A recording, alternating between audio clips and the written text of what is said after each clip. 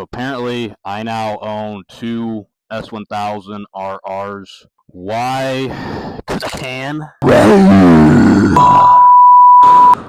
So due to the short form nature of these videos, I can't go into all the details of the differences between these two bikes, but I can talk about the biggest difference. The biggest difference I found has to be handling or turning. So 2010 to the Gen 1, it takes a little bit more input when going to corners. It's a little bit slower at turning compared to the 2020. It requires, I would say it's not bad at turning, it requires more inputs to the same precision of turn that this one has. And this one, when I first hopped onto it, the way that it turns is almost telepathic. Like you sit on the bike, you're going to a turn, you look, and you said, oh, I'm gonna go this way. You know, you kind of turn a little bit, and the bike's perfect turn.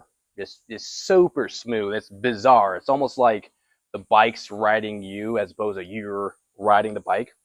So turning this thing on this thing is just, it's awesome. It's bizarre how well it turns. It's my mind's blown.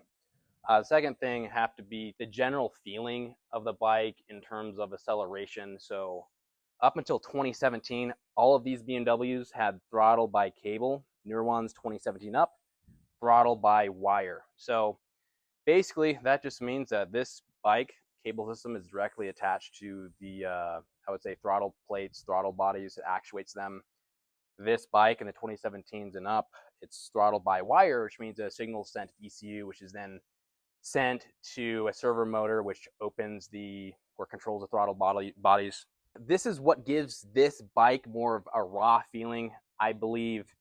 This one, it's kind of like going to Google search. You know, you type in something, you can't exactly remember what you're typing in, and the bike, bike is like, oh, did you mean this? You know, like, I don't think you meant this. You mean this? You're like, oh yeah, you're smart. That's kind of what I meant.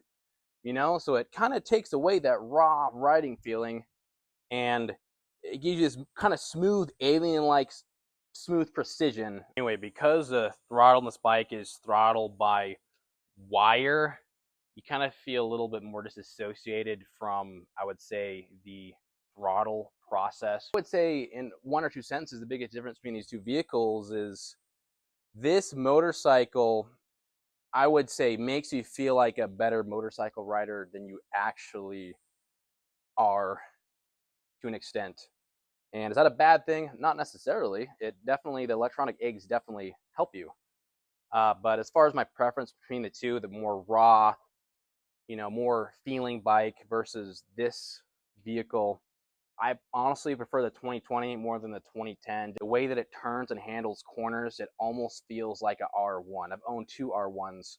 This bike, the way it turns like a Yamaha, maybe even better than a Yamaha. Like you're gonna have to ride one of these to experience it, but absolutely amazing. It's a very refined surgical weapon or instrument.